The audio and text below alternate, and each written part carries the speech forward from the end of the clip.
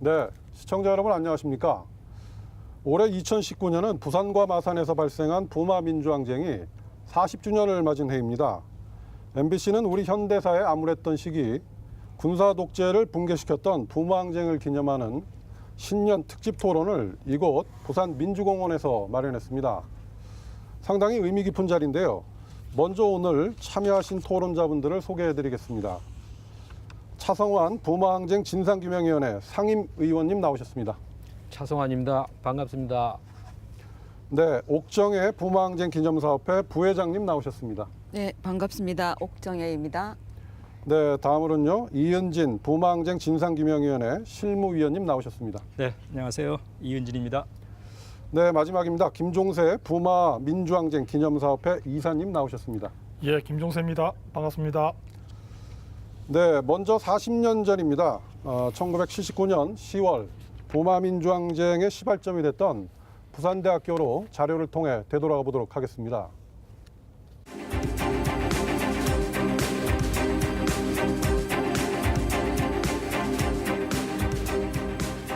유신헌법 발효 7주년을 하루 앞두고 있던 79년 10월 16일 부산대에서 반독재 시위가 발생한다. 40여 명으로 시작한 시위가 금세 1000여 명, 2시간이 안 돼 7천여 명으로 불어났다. 학생들이 교문을 넘어 도심으로 진출하자 놀라운 일이 벌어진다. 시장 상인 공장 노동자, 평범한 시민들이 시위를 주도하기 시작한 것이다. 말 그대로 민중항쟁이었다. 부산 시위는 이틀 뒤 4.19 혁명의 성지 마산으로 번졌다. 부산처럼 경남대에서 시작해 도심으로 수출 자유지역으로 확산됐다. 박정희는 놀랐고 두려웠다. 부산의 비상계엄, 마산에 미수령을 내리고 공수부대를 투입한다. 그러나 민중항쟁의 거대한 물결을 직접 목격한 김재규는 무력 진압을 고집하는 대통령을 암살한다. 박정희 군부 독재 19년이 그렇게 막을 내렸다.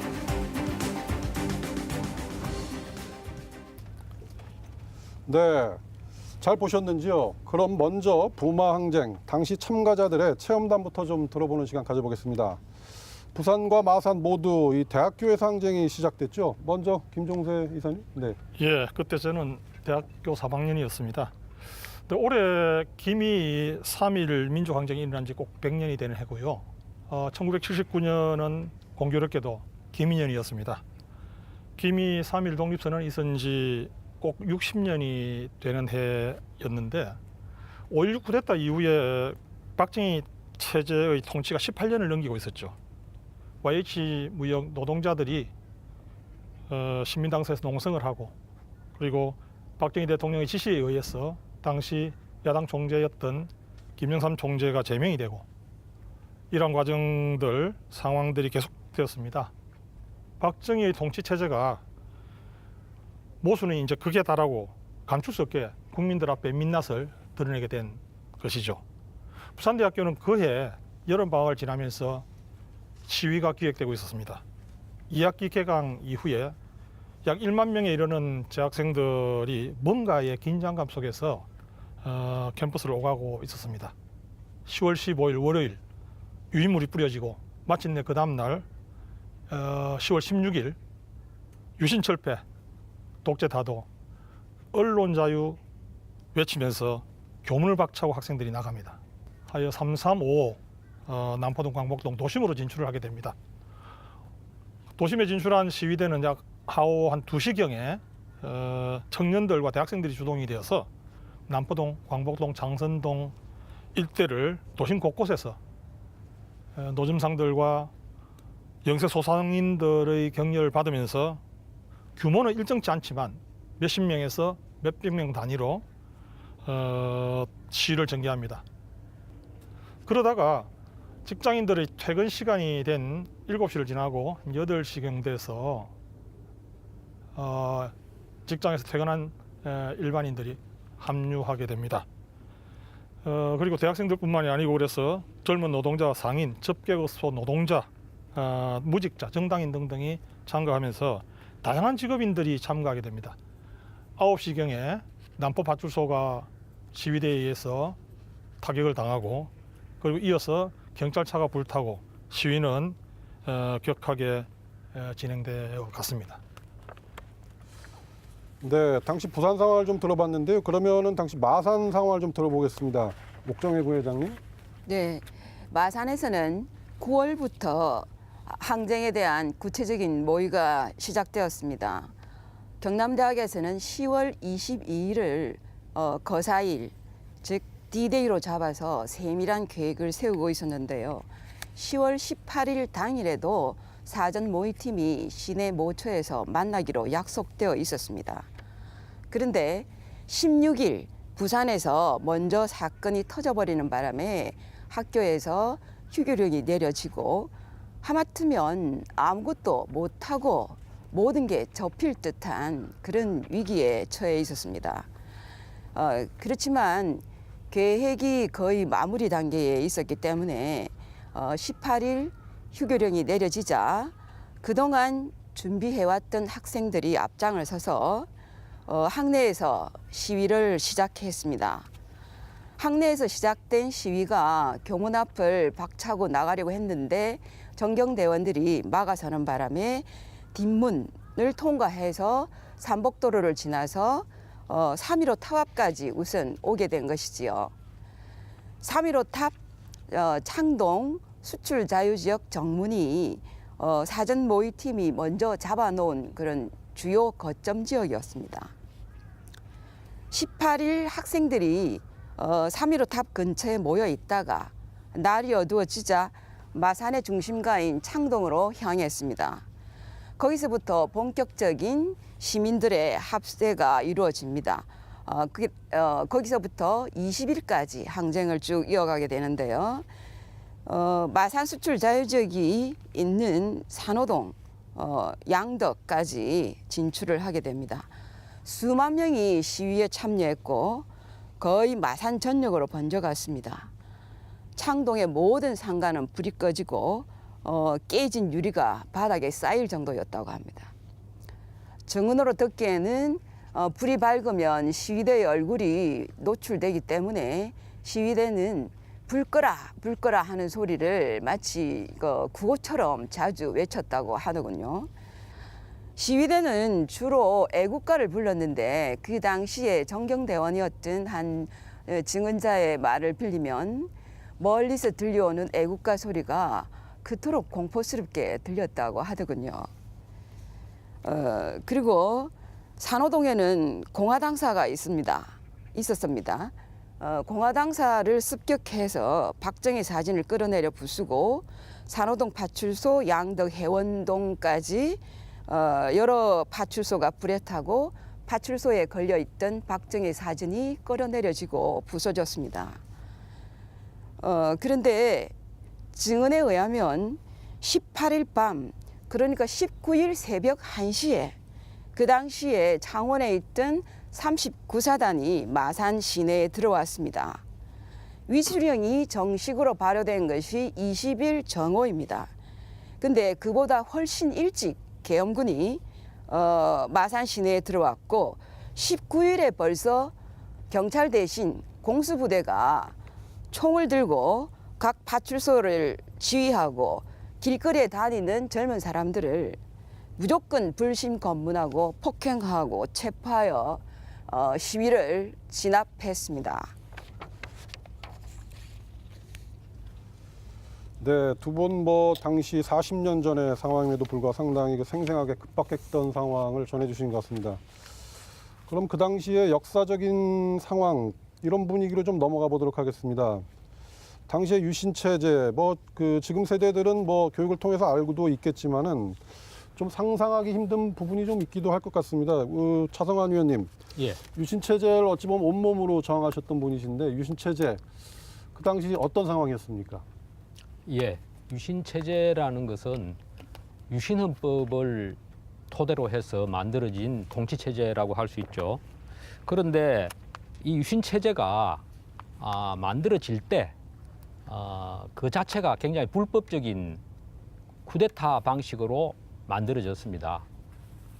그 제3공화국 헌법이 그 이전에 존속하고 있었는데 그 헌법을 무시하고 불법적인 방식으로 군대를 동원했고요. 계엄령을 내렸고 그리고 헌법을 일방적으로 공포했습니다. 그리고 그 유신헌법에 따르면은 모든 권력이 대통령 1인에게 집중되도록 되어 있었고 삼권 분립이 부정되고 국민의 기본권이 부정되는 그런 공개적인 독재 헌법이었죠. 그래서 이 유신 체제 하에서는 이제 국민의 기본권을 억압하고 자유를 억압하는 수단으로서 이제 반공 그리고 군사주의라는 두 가지 큰 도구를 사용했죠. 그 당시에는 국민들이 그 술집에서 이렇게 시국을 비판하거나 대통령을 비판하거나 이렇게 하면 굉장히 그 큰일이 납니다. 그래서 그렇게 하다가 끌려가서 뭐 죽도록 얻어맞고 나온 경우도 있고요. 또 좀 심하면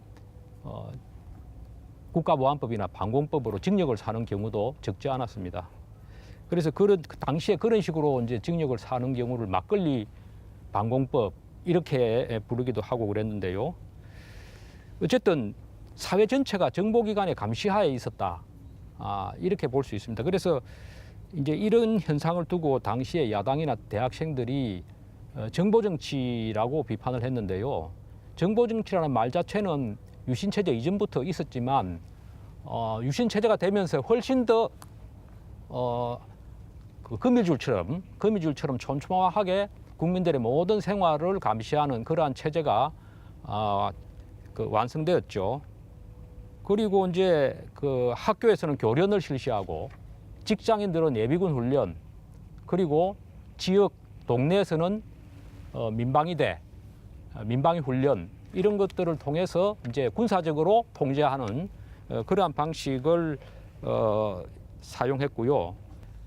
우리가 뭐 익히 아는 대중가요 이런 것도 가사가 불건전하다는 이유로 금지곡으로 정해서 부르지 못하도록 한다거나 또는 출판물도 불온서적이라고 정부를 비판하는 도서는 불온서적이라고 이렇게 낙인을 찍어서 판매를 금지시킨다거나 뭐 이런 일이 너무나 많이 일어났던 그런 시기였습니다.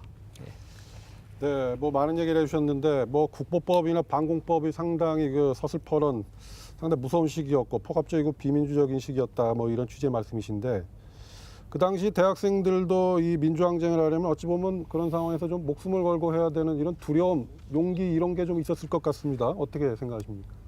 네, 72년 10월 유신이 처음 발동되던 해에 전국에서 유신 반대 데모가 산발적으로 이루어지는 가운데 유일하게 유신 찬성 데모를 했다는 그런 이야기가 있었습니다.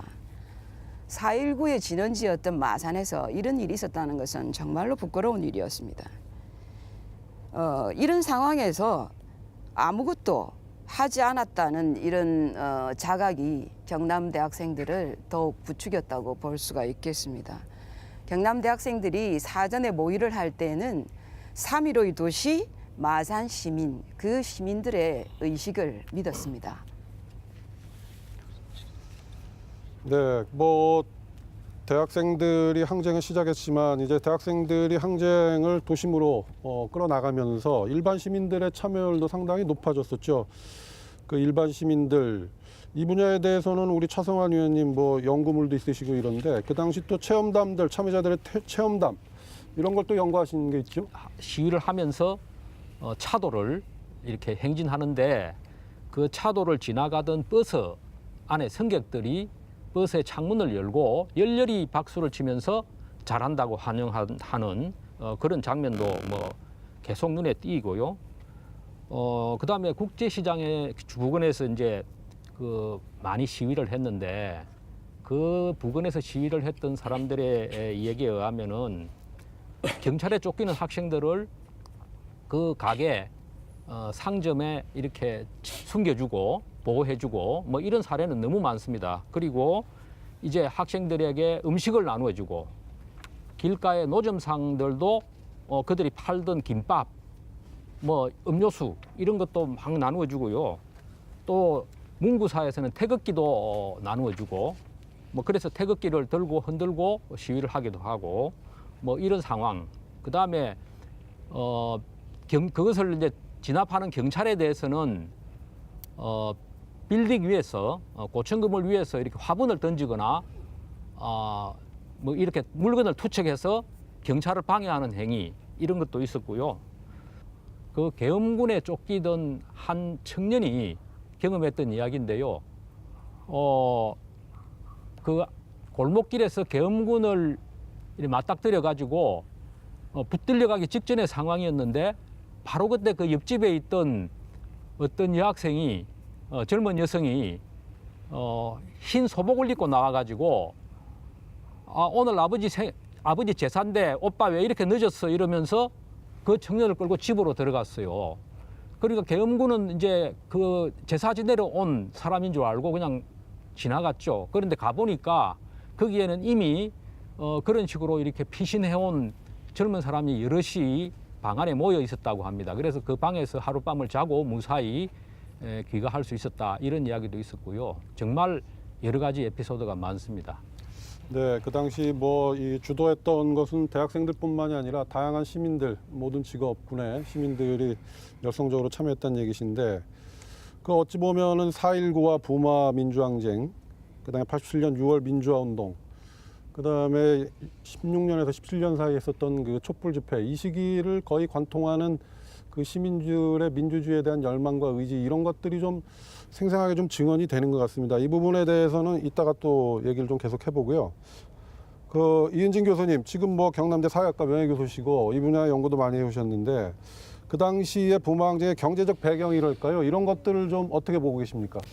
당시에 그 대학생들의 시위 움직임은 전국적인 상황이었었고요. 근데 네. 부마 항쟁은 시민들이 결합을 했다는 점입니다. 이 점은 매우 독특하고 부마 항쟁이 소위 부마 민주 항쟁으로서 지금 현재 역사적인 평가를 받는 이유인데요.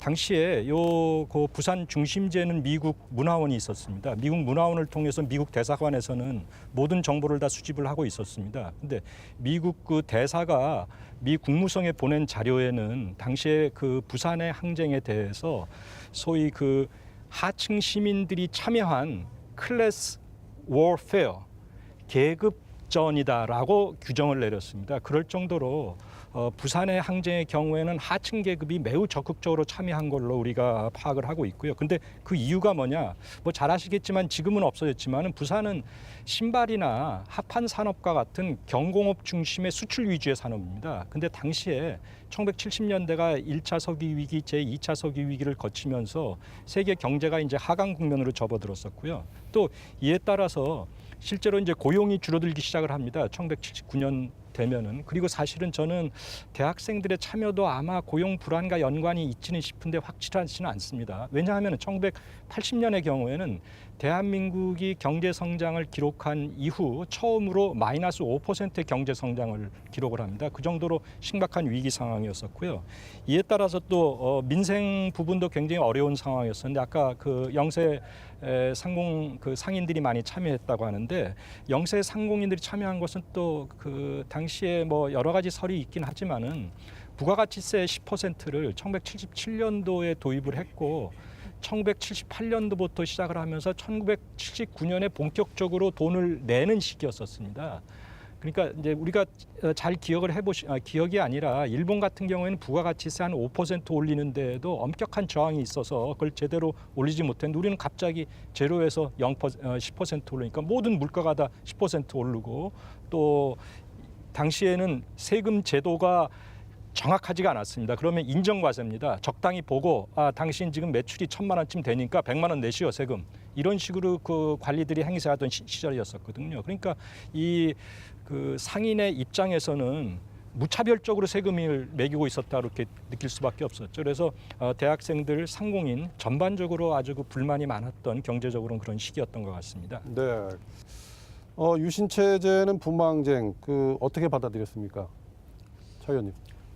그 부마항쟁이 이제 일어나면서 그 유신 정부가 그러니까 박정희 정부가 그 반응을 보인 것은 이건 정말 과도하고 불법적인 그런 방식으로 대응했습니다. 그래서 부산에는 계엄령을 선포하고요.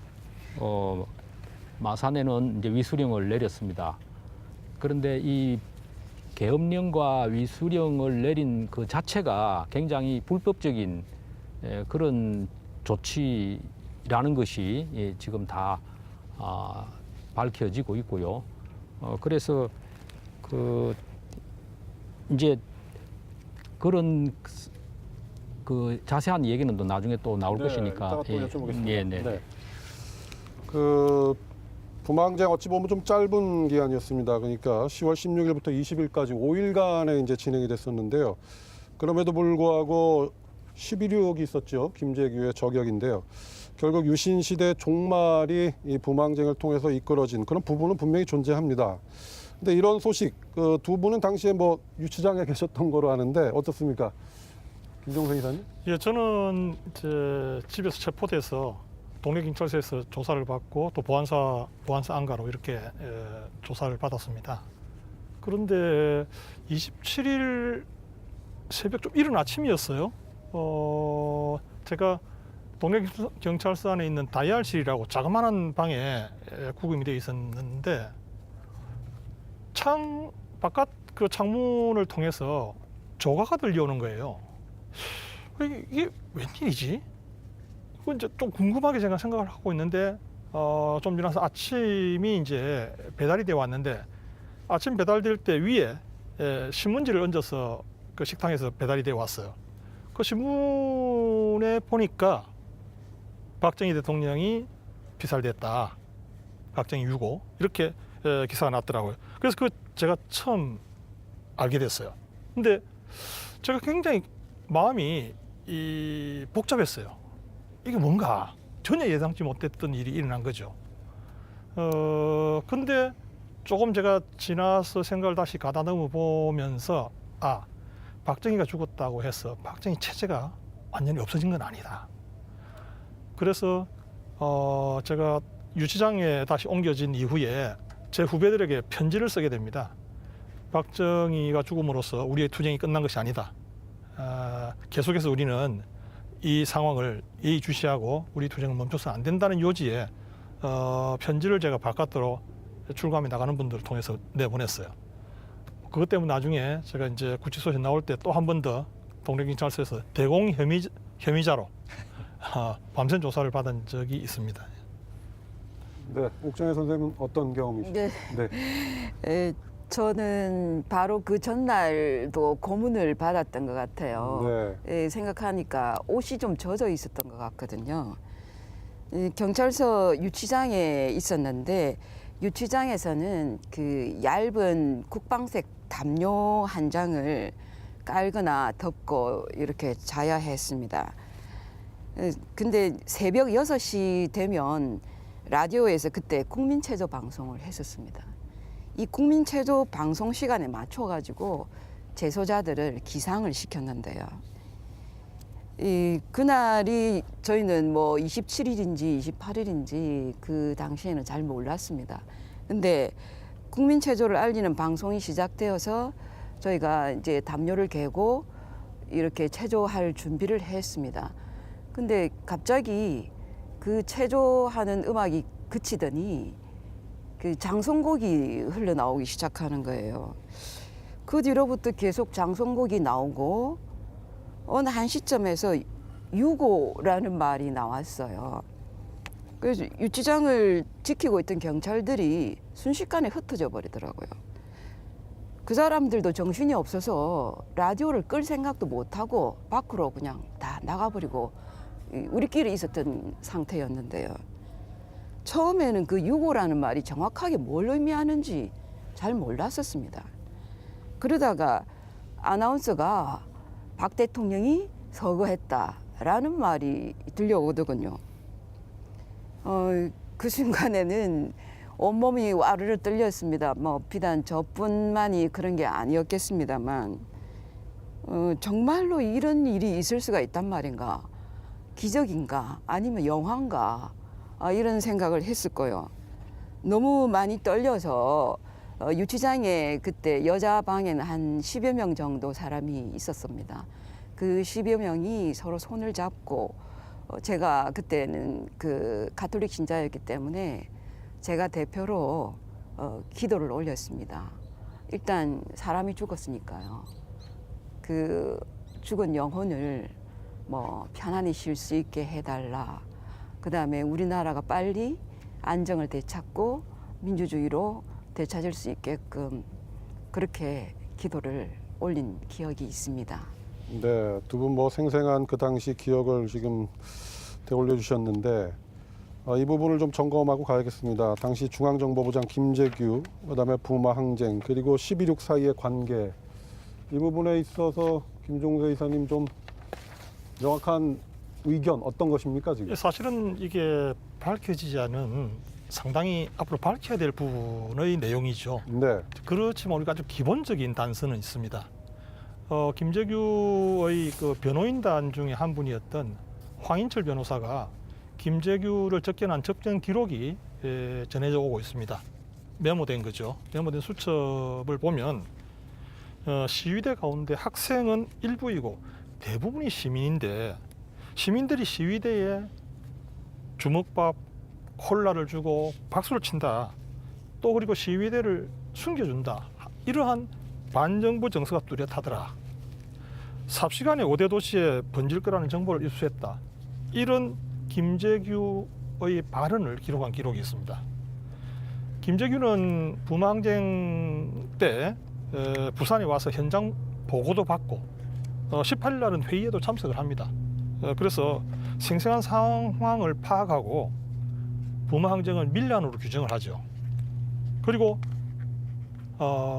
역시 접견 기록에 보면 한계점에 왔다. 이대로는 가다가는 큰일 난다.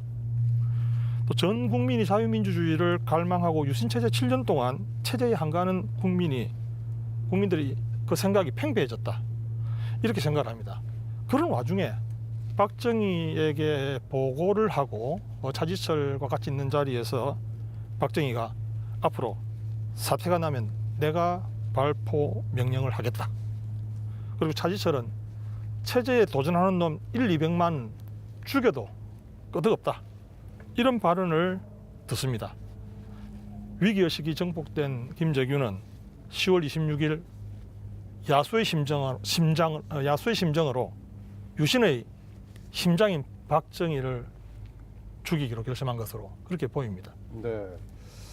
그 이은진 위원님, 뭐 이제 교수님이시고 그래서 학자적 시각, 뭐 학계의 논의 이런 거를 좀 정리해 주시겠습니까?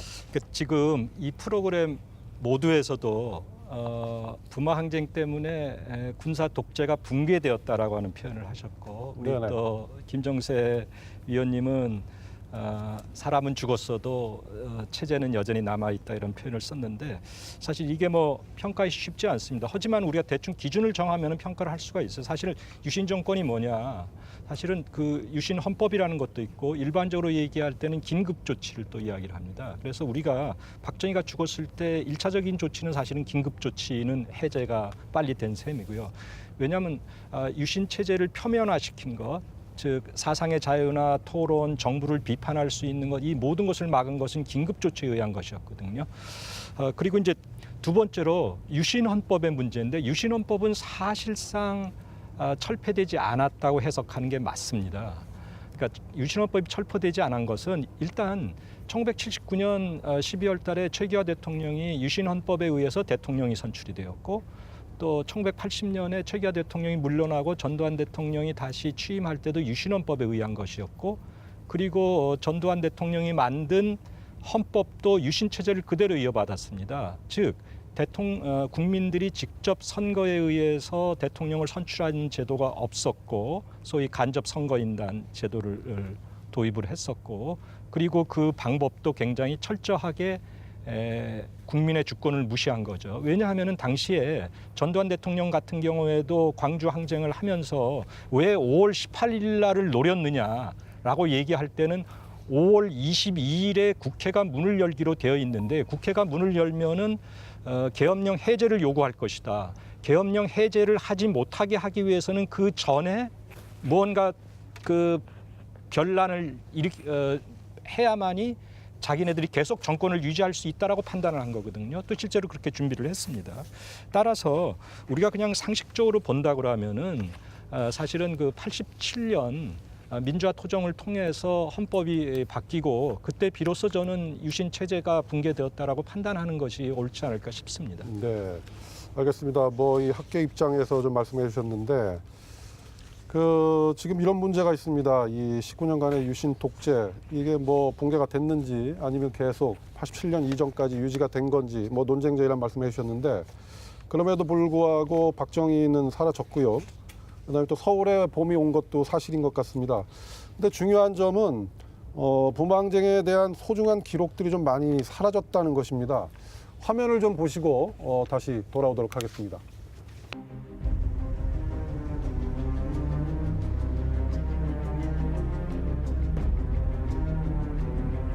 계엄령과 동시에 투입된 공수부대는 온 도시를 공포로 몰아넣었다. 닷새간 부산 마산에서 1,564명이 불법 연행됐고 이 가운데 상당수가 불법 구금 상태에서 갖은 고문과 취조를 받았다. 중앙정보부는 북한, 김영삼, 야당 등을 부마 항쟁의 배후로 연계시키기 위해 고문으로 자백을 강요하고 증거를 조작했다. 그러나 이들에 대한 검경의 수사 기록은 상당수가 유실돼 진상조사에 어려움을 겪고 있다. 특히 마산에서 시위 도중 숨진 것으로 추정되는 유치준 씨 사망 의혹, 부산의 사망자 4명 발생 의혹 등 40년간 밝히지 못한 수많은 무고한 희생의 기록들이 사라졌다. 언론의 기록 역시 거의 전무하다. 중앙정보부와 계엄사의 통제하에 있던 언론은 기본적인 시위 상황조차 제대로 남겨놓지 못했다. 출범 5년을 맞는 진상조사위원회에 갈 길이 먼 이유다. 네, 사라진 이 기록 뭐 좀 보셨습니까? 당시의 그 부마항쟁에 대한 군사 독재의 진행 과정 이 부분을 좀 먼저 살펴보고 이 기록물이 어떻게 되어 있는지 알아보도록 하겠습니다. 당시에 이제 계엄령과 위수령이 발효가 됐죠. 그리고 공수부대가 투입이 됐는데 이 공수부대 왜 투입됐다고 보십니까, 이은진 교수님? 네. 일반적으로 시위가 발생하면은 첫 번째는 해당 지역의 경찰이 책임을 지도록 되어 네. 있습니다. 해당 지역의 경찰이 진압을 하지 못할 경우에는 인근 지역의 경찰이나 또는 뭐라나 그 도 본부 경찰이 네. 와서 이제 도와주는 형태고요. 네. 여기까지는 이제 법적인 근거 없이 그냥 일반적인 형태로 진압이 되는 거고요. 하지만은 도저히 여기서 진압이 힘들 때 그때 이제 위수령과 계엄령이 발동되는 경우인데, 물론 위수령과 계엄령 발동은 사실은 전시 상황일 때 하는 건데 네. 그때도 이제 1차적으로 군이 들어간다고 해도 향토 주둔군이 먼저 투입이 됩니다. 그래서 네. 부산과 마산의 경우에도 제일 먼저 투입된 것은 향토 사단이 먼저 투입이 됐어요. 그 다음에는 소위 작전 중인 부대가 투입이 될 수 있는데 이 작전 중인 부대는 한미 연합사의 통제를 받습니다. 그러니까 네. 부산의 경우에는 해병대가 왔었는데 네. 그때 포항을 지키는 부대였습니다. 그러니까 네. 일반적인 예비군 훈련시키는 부대가 아니라. 근데 네네, 이 부대의 작전권이 경우에는 없으니까. 네. 말하자면 지금 현재 누가 쳐들어오면 즉각 반격을 해야 되는 부대인데 그 부대가 들어왔었고요. 네네. 광주 때는 24단이 들어왔습니다. 그리고 이제 소위 작전 부대는 아니지만은 박정희 정권이 만든 1공수, 3공수, 5공수, 7공수, 9공수, 11공수, 13공수 7개의 공수여단 약 네. 인원으로 따지면 한 10,000여 명에 달하는 이러한 그 공수부대가 소위 박정희 대통령 시기에는 정권을 지키는 진압 핵심 부대 역할을 한 거죠. 네네. 당시에는. 그런데 이제 그때 부산의 경우에는 3개 공수부대가 투입이 됐습니다. 상당히 급박했다 이 얘기네요. 급박하고 그러니까 3개 공수부대도 핵심 135공수를 보냈습니다. 135공수는 나중에 광주 사태 때도 보면 알지만은 네. 수도권을 지키는 부대입니다. 함부로 네. 바깥으로 빼지 않습니다. 그리고 이 그 광주 때도 광주 때는 2개 공수부대만 보냅니다. 네. 사실은 오히려 부산 마산 때 더 많이 보냈죠. 그 정도로 당시에는 굉장히 긴박하고 갑작스러운 일로 여겼다는 거죠. 네, 이 뭐 정권의 상당한 위협으로 느꼈다. 이제 뭐 이런 쪽으로 받아들여도 될 것 같은데, 김종세 님하고 옥정혜 선생님 두 분은 이제 그 시위 초반에 불법 연행 됐었죠. 그래서 뭐 아까도 잠깐 말씀해 주셨지만은 상당히 많은 좀 그 고초를 겪으셨을 것 같아요. 네. 고통은 뭐 많은 사람들이 겪었죠. 네. 저희들만이 아니고. 근데 저는 특이하게 15일 날 부산대학교에 선언문이 뿌려졌는데 그 일에 제가 연계돼 있는 걸로 경찰 정보 쪽에서는 파악했는가 봐요. 그래서 그날 밤에 우리 집을, 남부민동에 있는 우리 집을 덮칩니다. 제가 없으니까 다시 옆 동네에 있는 암남동에 있는 저희 큰형님 집을 또 이렇게 저를 체포하러 덮칩니다. 제가 없었어요. 네. 저는 그날 밤에 제 후배들하고 다음날 16일 시위 동원을 위해서 한 10명 정도가 대연동 후배 집에서 잤어요. 제가 그걸 체포를 모면했죠. 그러다가 16일 날 시위가 나고 17일 날 저는 집에서 다시 체포돼서 연행이 되는데, 이제 그리고 난 뒤에는 뭐 되게 많은 분들이 잡혀가서 고생한 그런 경로를 저도 겪게 되는데, 네. 저는 이제 시위를 뒤에서 주모했던 한 사람으로 리스트가 올라졌기 때문에 좀 더 고문은 당했죠. 네. 우리 뭐 옥정혜 부회장님은 어떤 경험이 있으십니까? 예, 저는 처음 잡혀갔을 때 경찰서 보호실이라는 데를 네. 저희가 들어가게 됐거든요.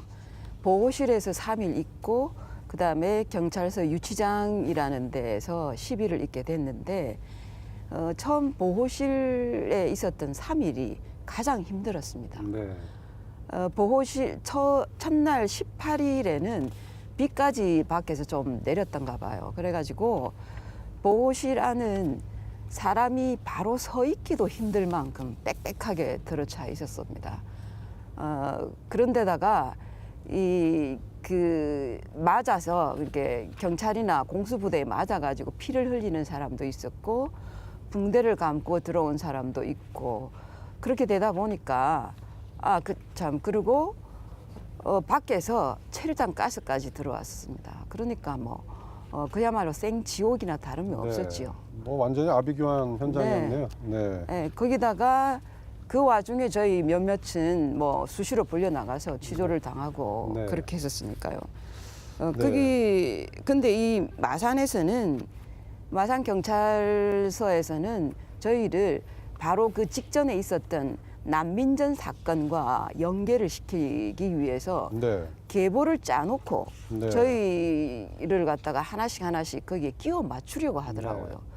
그래가지고 우리 남학생 같은 경우는 이게 거꾸로 매달아 놓고 억지 자백을 시키고, 네. 저희 여학생들은 처음부터 성적인 어떤 수치심을 느끼게 하는 그런 방향으로 저희를 잡아 가두고 또 고문하고 그런 네. 방식으로 했습니다. 네. 이제 공안 사건으로 이제 연계시키기 위해서 이제 그런 정도까지 나간 것 같은데, 이 당시에 있었던 부마항쟁의 계엄령과 위수령, 이 부분에 대한 역사적 판결이 최근에 나왔죠?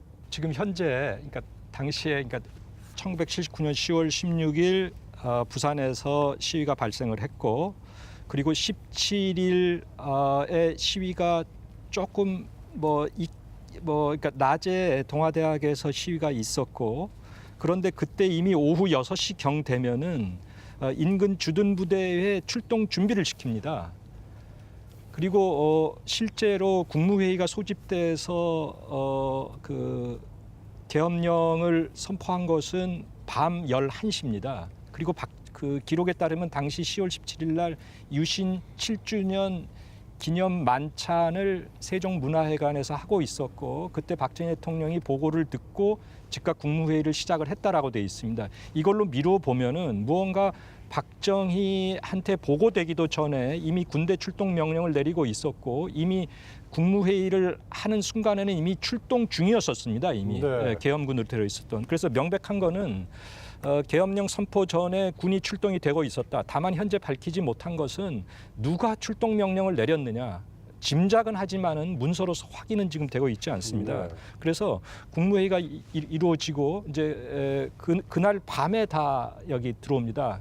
일개 공수부대는 비행기를 타서 들어오고 일개 공수부대는 그 기차를 타고 들어옵니다. 그래서 새벽이 되면은 다 안착이 되고 일개 공수부대는 나중에 들어오게 되는데요. 마산의 경우에는 더욱더 심각했죠. 왜냐하면 18일 날 시위가 발생하면서 소위 그 18일 날 바로 그 당일 날 인근 39사단이 즉각적으로 군대가 투입이 되고 그리고 19일 날 밤에 부산에 있던 그 공수여단 주둔하고 있던 공수여단 중에 1개 대대를 소위 박정희 대통령의 명령에 의해서 마산으로 투입을 시킵니다. 그리고 그 밤에 다시 그러니까 20일 날 그 오전에 1개 여단이 다시 또 투입이 되고요. 그리고 이미 투입되었던 1개 대대는 다시 부산으로 돌아가게 되는. 그리고 그 사후에 20일 날 바로 또 위수령이 발표가 돼요. 이미 그때는 마산의 경우에는 공수부대가 들어온 다음에 위수령이 발표되는 셈이었었죠. 그러니까 부산의 경우에는 인근 부대가 들어온 다음에 그 계엄령이 발표된 상태고. 네, 말씀 듣고 나니까 분명히 뭐 절차상의 문제가 있고 불법적인 측면이 존재하는 것 같은데 이 부분에 대한 법적 판단 또 남아 있습니까? 네, 차 의원님. 네네. 법적 판단이 또 남아 있는 겁니까? 지금 이 문제를 가지고 뭐 네. 그 법원에 네. 판단을 구하는 뭐 그런 것은 지금 없습니다. 다만 저희들이 이제 부마항쟁 진상규명위원회의 입장에서는 네. 이것이 중요한 진상규명의 대상이기 때문에 네. 여기에 대해서 더 철저히 밝혀서 보고서에 담을 수 있도록 그렇게 노력을 하겠습니다. 네. 네, 우리 시청자분들 이분 좀 궁금해하시고 좀 지켜보실 것 같습니다. 그 또 다른 문제가 있습니다. 뭐 4.19 당시 뭐 우리 청취자분들, 시청자분들 다 아시는데 김주열 열사의 그 처참한 죽음이 있었고 이 죽음으로 인해서 국민적 분노가 폭발했고 그래서 이승만 정권이 무너진 경험이 있는데요. 이러한 경험이 부마항쟁 당시에도 상당히 좀 그 영향을 미쳤을 것 같은데 이 사상자가 부마항쟁 당시에 있었다 뭐 이런 정황이 지금 있는 거로 알고 있습니다. 유치준 씨 문제인데 옥정혜 부회장님 이 부분 네. 유족들에 의하면 10월 18일 당일 출근을 했던 그 가장이 퇴근을 하지 않고 집으로 돌아오지 않고 있습니다. 네. 19일까지 소식을 모르게 되자 가족들은 경찰서에 그 행방불명 신고를 하게 됩니다. 그 당시에 또 뭐 사회적으로 난리가 나 있는 그런 상태니까 가족들로서는 당연히 불안할 수밖에 없었겠지요. 그런데 소식이 없다가 10월 26일 그러니까 11.6 사건이 일어나고 나서 11월 3일쯤 전국에 비상계엄령이 내려져 있는 가운데 경찰이 유족들 집으로 찾아와 가지고 아버님이 저기 돌아가셨는데 지금 그 서원곡 그 쪽에 감회장되어 있으니까 시신을 인도해 가라 하는 이런 이야기를 듣게 됩니다. 그래서 가족들이 엄청난 충격을 받고 어떻게 우리 집 우리 아버지인 줄 알았느냐라고 질문을 하니까 경찰에서 하는 말이 도시락에서 유품 중에 도시락에서 주민등록증이 나와가지고 유치준 씨인 것을 알게 되었다라는 이야기를 듣게 됩니다. 그리고 경찰로부터 마산에 있는 그 남양외과라는 곳에서 이 부검을 했다는 소리를 듣고 그 남양외과를 직접 찾아가서 확인을 해보게 되는데요. 그 남양외과 원장님은 후두부 함몰이라고 하면서 이제 위치까지 가리켜 가면서 유족들에게 직접 설명을 했다고 해요. 유족들이 장례 치르고 나서도 이게 너무 황망한 사건이라 경찰이 그 시신을 발견했다라고 하는 그 장소, 그 주변에 가가지고 가족들이 직접 탐문 수사를 했다고 합니다. 여기저기 많은 사람들한테 물어보고 했는데 그 근처에 사는 사람들 얘기로는 18일 밤 산호동에서 가장 격렬한 시위가 있었고 시위대와 경찰대가 한 무리를 지어서 지나갔었다 하는 이야기를 듣게 됩니다. 그리고 이 경찰의 원 자료에 근거해서 어떤 기자가 보도 자료를 마련한 것이 있는데요. 10월 18일 날 타살체로 보이는 사람이 죽어 있었다라는 기록이 있습니다. 그 보도 자료에. 그런데 이제 여기에 대해서 관할 파출소나 경찰서에서 탐문 수사를 한 그 사실이 전혀 없습니다. 사람이 길거리에 죽어 있는데 암만 행여자라고 하더라도 그 사람이 누군지 신원을 파악해야 되고 탐문 수사도 해야 되는 것이 당연한 이치 아니겠습니까? 근데 그게 대한 탐문 수사 보고서가 돼 있지 않고요. 그다음에 그럼에도 불구하고 검사는 뭐 여러 가지 지휘를 하고 또 이게 시신 부검을 하고 그다음에 타살 흔적이 없다라는 이런 도장을 찍어가지고 감매장까지 하게 됩니다. 이러한 어떤 상황은 저희가 볼 때는 경찰이나 당국에서 고의로 그 사건을 은폐했다라고밖에 볼 수가 없을 것 같습니다. 그리고 도시락에서 며칠 지나고 나서 도시락에서 주민등록증이 나왔다 하는 이런 경찰 해명 자체가 도저히 납득이 안 가고 유족들로서는 뭐 절대로 믿기가 힘든 그런 이야기 아니겠습니까? 네, 예. 알겠습니다. 뭐 마산에서 얘기였는데요. 그 사망자, 부산에서도 사망자, 실종자 이런 사건들이 좀 있죠, 차상원 의원님. 예, 뭐 사망자가 여럿 있다라고 하는 얘기는 그 부마항쟁 당시에 이미 많이 소문이 퍼져 있었습니다. 네, 그리고 이제 그 당시에 일본의 텔레비전 방송에서 부마항쟁을 보도한 그 화면을 본 사람에 의하면 탱크가 그 택시를 이렇게 깔아뭉개는 그런 장면이 여러 번 나왔다고 하거든요. 그래서 이제 그런 증언도 있고 이래서 그 부산 시위에서 사망자가 나왔을 가능성을 완전히 배제하기가 어렵습니다. 그러나 우리가 이제 그러한 그 여러 정황들은 있지만 구체적인 그 조사를 통해서 확실한 근거를 아직까지 찾지 못하고 있습니다. 그래서 저희들이 앞으로 좀 더 그 부분에 대해서 조사를 해보려고 하고 있습니다. 네. 지금 뭐 이 자료가 없다라는 부분에 얘기를 좀 해야 될 것 같습니다. 지금 진상규명을 위해서 2014년에 좀 늦은 감이 있지만 박근혜 정부가 이제 그 진상조사위원회를 출범을 했었죠. 그런데 그 여러 가지 좀 문제가 있었던 것으로 알고 있습니다. 이 정치적인 편향, 부실 조사 이런 것들이 얘기가 많이 돼서 부마항쟁 관련 단체로부터 많은 비판을 좀 받았었는데 이은진 위원님, 어떤 부분에 그렇게 좀 그 조사위가 문제가 있었는지 이 부분을 좀 얘기 좀 해주시죠. 그러니까 이제 이 배경을 알아야 되겠죠. 네. 박근혜 대통령이 왜 이 부마항쟁 진상규명을 약속을 했을까? 네, 그 2012년 선거 때거든요. 다들 깜짝 놀랐죠. 왜냐하면은 자기 아버지를 죽인 사건을 진상규명을 하겠다. 이거는 사실 대단한 인간적이건 정치적인 그 말하자면 모험을 감내하자면 할 수 없는 거거든요. 그런데 실제로 이 나중에 진행되는 걸 보니까 2013년도서부터 이제 법이 통과되고 쭉 하는데요. 뭐 일단은 제가 보기에 대통령이 그렇게 크게 신경을 쓰지 않았습니다. 아마 그 집권 이후에 단 한 번도 아마 부마항쟁에 대한 어떤 길 잃는 데 참여를 했다거나 뭐 이런 언급을 했다거나 하는 것은 별로 없었고요.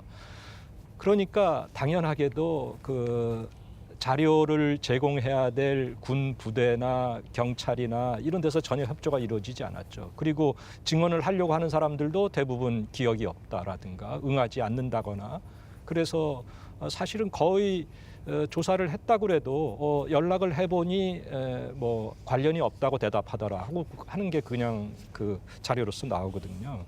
그래서 지금 현재의 시점에서는 이제 새로이 그 문재인 정부가 들어서면서 새로운 그 상황에서는 지금 많이 달라지고는 있습니다만은 근데 이제 제가 보니까 이게 이제 하나는 초기 진압 단계에서는 경찰들이 중요하거든요. 그래서 경찰의 치안일치라는 것이 있습니다. 그래서 부산의 경우에는 9개의 경찰서가 있기 때문에 9개의 경찰서의 치안일치를 보면 나와요. 그냥 어렵지 않습니다. 마산의 경우도 마찬가지고요. 근데 부산도 지금 구하고는 있지만 아직 확정적으로 제가 파악을 하지는 못했습니다. 제가 지금 그 진상규명위원으로 되어 있는데, 실무위원으로 되어 있는데 아직 제 손에까지 들어오지는 않았고요. 그다음에 두 번째로는 군부대의 작전일치라고 하는 것이 있습니다. 그래서 이것은 39사건, 뭐 계엄사건 매일매일 같이 자기네들이 어디에 어떤 부대를 배치하고 있다는 기록이 나와야 되는데 이것을 지금 입수하지 못했습니다. 광주 그 항쟁의 경우에는 그걸 입수해서 진상보고서를 써냈습니다. 다만 현재 우리가 그래도 가지고 있는 것은 국군 보안사령부 자료는 그래도 많이 가지고 있는 편이고요. 중앙정보부 자료는 거의 아주 그냥 부수적인 자료 몇 건만 가지고 있고 핵심 아마 중앙정보부의 자료는 아마 나오기가 좀 힘들지 않을까 싶습니다. 이 외에도 아까 제가 말씀드린 바와 같이 당시에 박정희 정권은 정식 군부 라인 외에도 정식 그 군 통수권자라고 하는 뭐 대통령, 국방부 장관, 육군참모총장, 뭐 합참의장 이런 라인 외에 다른 라인이 분명히 존재해서 그 라인이 군대를 움직인 걸로 제가 지금 추정이 됩니다. 그런데 이 부분에 대해서는 저희가 아직 어떻게 자료를 구해야 될지 또는 어떻게 이걸 증명을 해야 될지는 상당히 어려운 상황입니다. 네, 진상조사에 있어서 가장 중요한 것이 이제 기록들일 텐데요. 국가 기록도 중요하고 민간인들의 기억도 중요한데 두 분은 이렇게 명확하게 생생하게 그 당시를 잘 기억하고 계시는데 민간 기록도 잘 확보가 되고 있지 않은 상황. 그리고 진상조사위원회가 만들어졌고 두 분 위원이 계심에도 불구하고 이렇게 자료가 확보되지 않은 부분. 이 상당히 좀 아쉽습니다. 그리고 이게 우리의 인권과 민주주의의 또 현주소가 아닌가. 40년이 지나서도 아직까지 이렇다는 상황이 좀 어찌 보면 아쉬운데요. 지금 국회에서 관련법 개정안이 여러 건 상정이 돼 있다고 들었습니다. 이 차성환 의원님, 지금 어떤 상황입니까? 예. 저희들이 이제 그 진상 규명을 위해서 정말 해야 될 일이 많은데요. 예를 들자면은 지금 현재 부마 항쟁으로 인해서 이제 연행된 분들이 1,563명으로 공식 기록에 나와 있습니다. 그런데 이 중에서 지금까지 위원회가 신청을 받은 인원이 209명에 지나지 않거든요. 그래서 이제 이런 그 신청 자체를 좀 많이 할 수 있도록 해야 되는데 그러기 위해서는 예산과 인력이 지금 절대적으로 부족하기 때문에 이 부분을 보충을 해야 되고요. 그다음에 관련 자료 아까 말씀하셨고 그다음에 조사 권한도 지금 뭐 없습니다. 그래서 저희들이 이제 그 동행 명령권이라든지 또 개인정보 취득권이라든지 이런 이제 권한들이 좀 더 있어야 되고요. 이런 것들을 이제 법에 담아서 새롭게 법을 개정하는 그런 노력을 해 왔는데요. 그게 금년도에는 이제 그런 많은 내용들을 저희들이 다 담아내지를 못했습니다. 이제 국회가 워낙 이렇게 갈등이 심하고 그래서 제대로 이렇게 뭐 심의가 안 되고 하는 바람에 저희들이 최소한의 그 조사기간 1년 연장 그리고 개인정보 취득권만 담아낸 개정안이 이제 이번에 통과됐습니다. 네. 그 자료가 뭐 국가 기록도 있을 것이고 민간인들의 기록도 있을 것 같은데 또 하나 중요한 건 언론사의 기록인 것 같습니다. 그런데 뭐 지금 언론사에 남겨진 부망쟁 자료들이 그렇게 많지 않다, 부실하다, 뭐 이런 얘기들이 있는 것 같은데 이유가 뭡니까, 옥정혜 부회장님? 서울이나 뭐 서울에서 뭐 대학생들이 데모도 많이 했을 것이고 또 반체제 인사들의 그런 발언도 있었을 것인데 그런 데 대해서는 지방에서는 전혀 모르고 있었고 그리고 뭐 생각이 있는 사람들은 텔레비전이나 라디오의 그 뭐 신문 등의 그 뉴스를 거의 믿지 않았습니다. 그런 상태였습니다. 네. 김종선 선생님 어떻게 생각하십니까? 이 언론사 기록이 지금 상당히 좀 부실한 부분. 뭐 앞에 여러분들이 얘기하는 맥락 속에서 네. 다 나왔지만 당시 유신 체제 하에서 긴급 조치가 발동되면서 각 언론사에 정보기관원들이 상주를 하죠. 그리고 상주를 하지 않는 곳은 출입을 시켜서 전체를 다 정보를 통제하고 또 거기서 조정을 하고 이런 역할을 했죠. 그러다 보니까 이제 70년대 중반에 언론 자유 운동이 일어나게 되고 언론 자유운동의 그 과정에서 정권은 다시 광고주를 억압을 해서 광고를 실지 못하게 하고 언론사 사주를 또 협박해가지고 대량 기자 해직을 이제 낳게 되죠. 그리고 각종 보도 자료들이 문공부에서 보도 지침이 하루에도 몇 차례씩 왔답니다. 이런 상황이니까 언론 자유가 실종된 거죠. 그러다 보니까 우리가 항쟁의 기록을 언론에서 찾기는 대단히 힘들고 부산만 하더라도 그 부마 항쟁 기간 중에 남아 있는 것이 그래서 없는 겁니다. 보도는 되지 않았지만 개인적으로 보면 제 당시 국제신문사에서 사진 한 20여 컷을 개인적 차원에서 찍어 놓은 게 있고, 그리고 이제 단행본으로 후속 취재를 통해서 하나 나온 것 정도고, 오히려 마산 쪽은 좀 다행인 것이 당시 경남 매일신문에서 편집국장 또 사회부장들이 3개의 반을 형성해서 9명이 취재를 했죠. 부산 지역도 취재를 좀 했더라고요. 그 내용이 그래도 조금 남아 있는데, 그럼에도 불구하고 전반적으로 보면은 대단히 미약하다. 외신도 마찬가지였습니다. 미국 쪽 언론이나 일본 쪽 언론이나 그 프랑스 르몽드 같은 걸 보더라도, 또 대만 쪽 언론을 보더라도 아주 시위 양상이 피상적으로 적게 나와 있고, 내용을 우리가 현재 유의미하게 쓸만한 것들이 남아 있지 않습니다. 그래서 이걸 그러면은 이제 그 당시의 그 상황 탓으로만 다 돌릴 것인가? 사실은 답답한 이제 상황인데, 그래서 부마항쟁 때에 부산에서 또는 마산에서 언론사들이 집중 타격을 받았어요. 그 제대로 너희들 뭐 했느냐는 뜻에서. 부산은 TBC, MBC, KBS가 아주 박살이 났죠. 또 현장에서 쫓겨나기도 하고, 신문사 마찬가지고요. 마산도 비슷한 상황이었는데, 그럼에도 불구하고 CBS는 시민들이 타격을 안 했다는 것도 또 소중한 기록이긴 합니다. 네. 중요한 것은 이것 같아 보입니다. 이 관련법이 개정이 좀 돼서 진상조사위원회가 권한을 갖는 것. 그래서 40년 된 과거의 사실을 다시 현재로 불러낼 수 있는 그런 상황이 좀 왔으면 좋겠네요. 네, 시청자 여러분, 지금까지 2번의 VCR을 통해서 부마항쟁의 경과와 진상 규명 문제, 이 두 부분을 집중적으로 좀 알아봤습니다. 여기서 1부 마치고요. 잠시 후에 2부로 넘어가 보도록 하겠습니다. 2부에서는 부마항쟁과 광주항쟁 간의 관계, 그리고 부마항쟁과 촛불 집회와의 관계에 대해서 집중적으로 알아보도록 하겠습니다.